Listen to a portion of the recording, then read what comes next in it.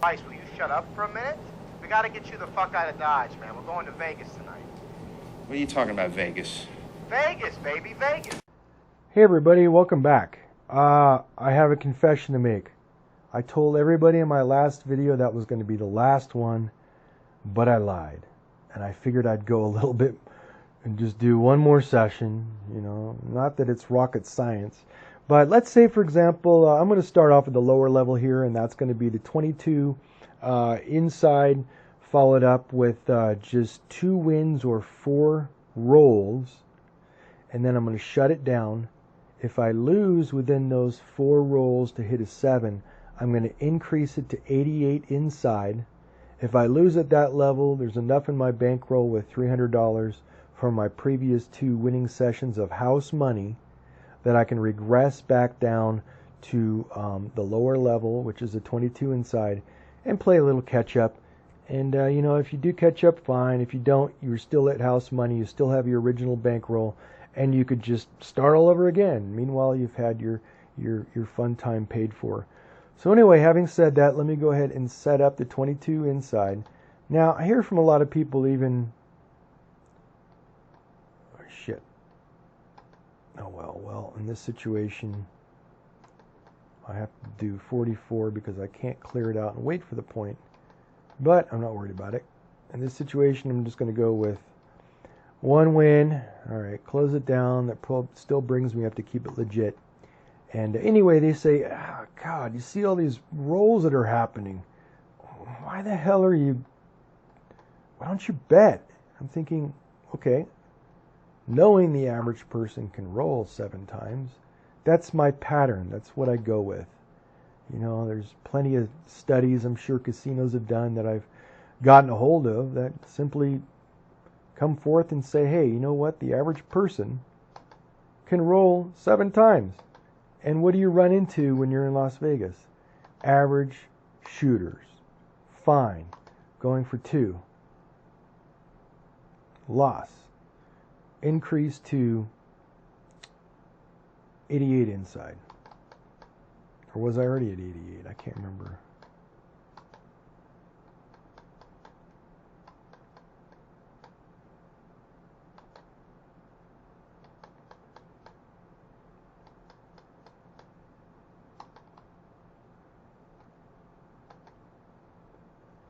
Clear it down. I'm still up. No big deal. 20 bucks is 20 bucks. I'm enjoying my time.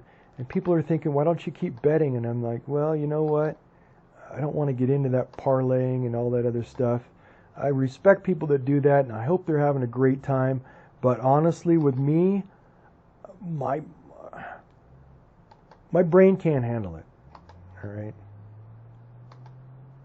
I had something that happened in the Marine Corps that resulted in me having an injury to my brain, and because of that, there's certain things I just can't do that I'm okay with acknowledging, as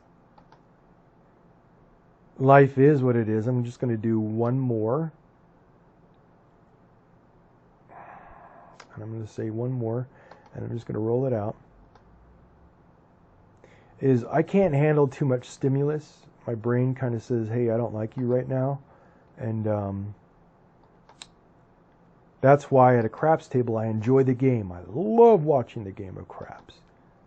So in my downtime in between rolls where I'm waiting for a 7 out, you know what? I am perfectly okay enjoying the game, watching people play, and just having a general good time. I'm people watching. You know, I'm just enjoying it. But for me, I just can't remember, first of all, honestly, to do the easiest of math. I can't. So to be able to think on my toes quick, I can't do it, which I'm cool with. It is what it is, you know. But I'm really happy to see other people can do that. And another way with me is I'm conservative.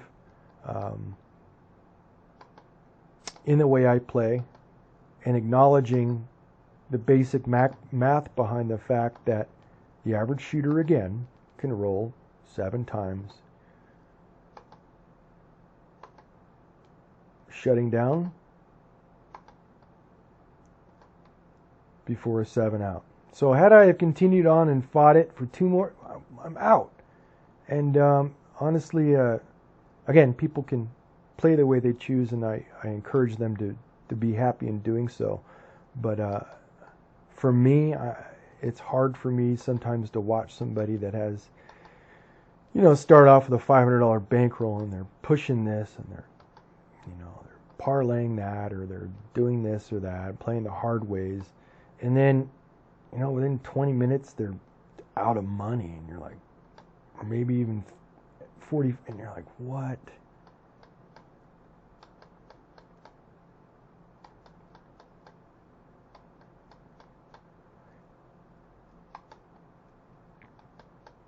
So am I happy going to Vegas with $500 for my sessions for roulette and $500 for craps? You better believe it, because I'm not stressing out.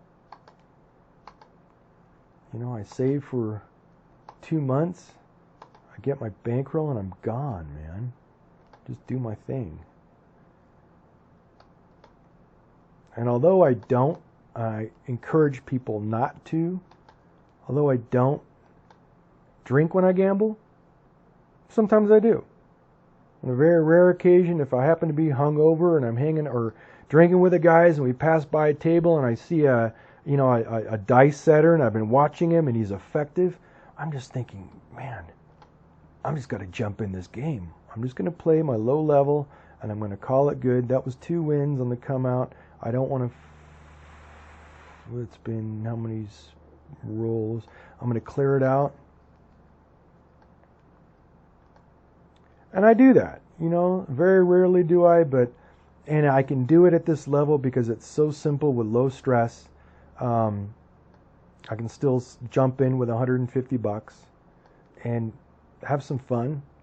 And it's simple to do when you, I hate saying this, but when you've had a drink or two, that you can't lose track of where you're at, or what bet, or gosh, I have to, you know, parlay this bet, or press and take on this one, and oh my gosh, have I pressed and taken on the 5 yet? Oh my gosh, you know what, my chips that I have organized in my rack, they're just getting mixed up and I can't figure it out. So that's why I tell people, don't, this way, the average person that can have and handle 2 drinks or 3 drinks can play it. Do I play this way at this level? No. Now, when I'm getting up into the 44 or 110 level, yeah, I don't drink. You know, that's some good money, and yeah, it's still only a $300 bankroll to do that, but when I'm playing with that much coin, I don't even mess around. Now, having said that about dice setters, I'll watch somebody once again, and in closing of this video, I'm up 93. You got to see what a choppy table does and how it recovers. And I'm done with that, and that's pretty much how I do it. There's a secret I want to tell you, and that has to do with the Excalibur in Reno. Now, they have competitions that go on, and not so much competitions, but just a bunch of guys that live in Reno that have craps tables in their homes, and the felt and the table are just like the casino tables, so they can practice their rolls.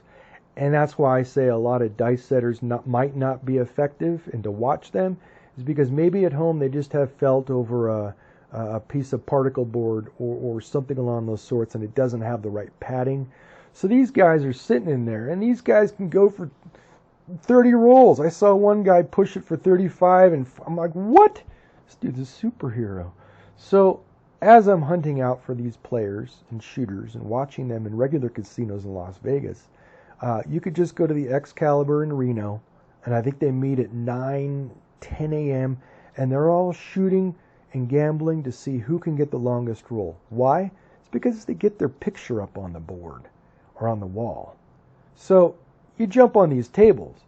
You know, you do something like this, you know, but you go all the way across, and then you're taking odds on a 6 or an 8. No, you're not taking odds because you're not doing it that way. If you were to start here and you know, start off on the pass line and then the points established, and then go all the way across, which is the other way I play. And the 6 of the 8 comes up. You can, take odds on it. If you're playing the don't pass line, for whatever reason, not in that situation, but with the average shooter, and the point of the 4 or 10 comes in, then you go ahead and you take odds on that. You know what? You jump on the shirt tails of these guys, and you go for what I do to be comfortable with it again in the very beginning, because my bankroll is increased, is I'll go to these guys, I'll go to 4 or 5 wins or 8 rolls. Okay? Why? Is because even the average dice setter can only roll it 8 times before they happen to go out. Meanwhile, the same person generally has, a 15, 20 roll average. So you're taking advantage of the fact that, yeah, he might just accidentally roll a 7 within those 8 rolls. I mean, it's going to happen. So meanwhile, you do that, you make your money, and you go out, and you're waiting for a 7, and then you jump in the next guy next to you, and he's a dice setter, and you're like, what? And you do it all over again. Me, honestly, I don't like shooting. I'm not a shooter. When it comes to that and superstition, I would consider myself bad luck, and I don't want to share that with other people. I know it's superstition, it sounds funny, but I used to, a long time ago, roll in the past, and although I'm not a dice setter at all, I don't know how to do it.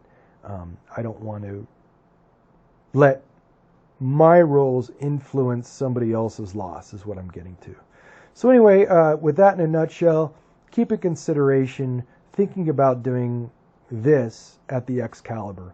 And you can rock and roll, and oh my gosh, you'll be up to the 44 and 110 level in 2 rounds. And then you play that one, and then you move up. And but 44 or 110 is my comfort zone. If I want to jump it up from there, then I jump it up. And if you have a big bankroll, if you've walked it up, or you like walking in with, $1,000 for a table, you just work it out to whatever tier it is. You have your first tier, and you take your second tier, 3 times that bet generally, and you just do it from there. So you could do this at any bankroll level. So anyway, having said that, I'm rambling as usual. This will be the final video at Craps. I think I covered everything. If I didn't, you guys can figure it out. Anyway, with that in mind, you guys have a great day and a better tomorrow. Take it easy.